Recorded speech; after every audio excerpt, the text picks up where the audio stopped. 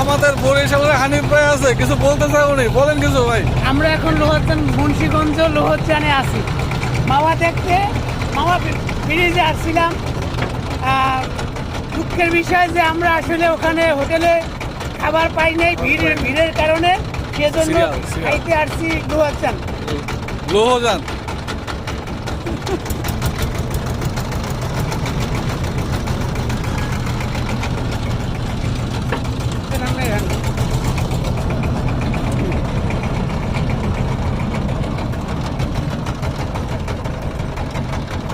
সুন্দর না দৃশ্যটা? হ্যাঁ, ভালো লাগতেছে, অনেক। আমার খুব ভালো লাগতেছে।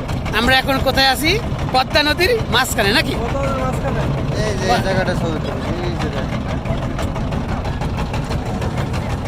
আমরা এখন যাবো রিসোর্ট দেখতে। এই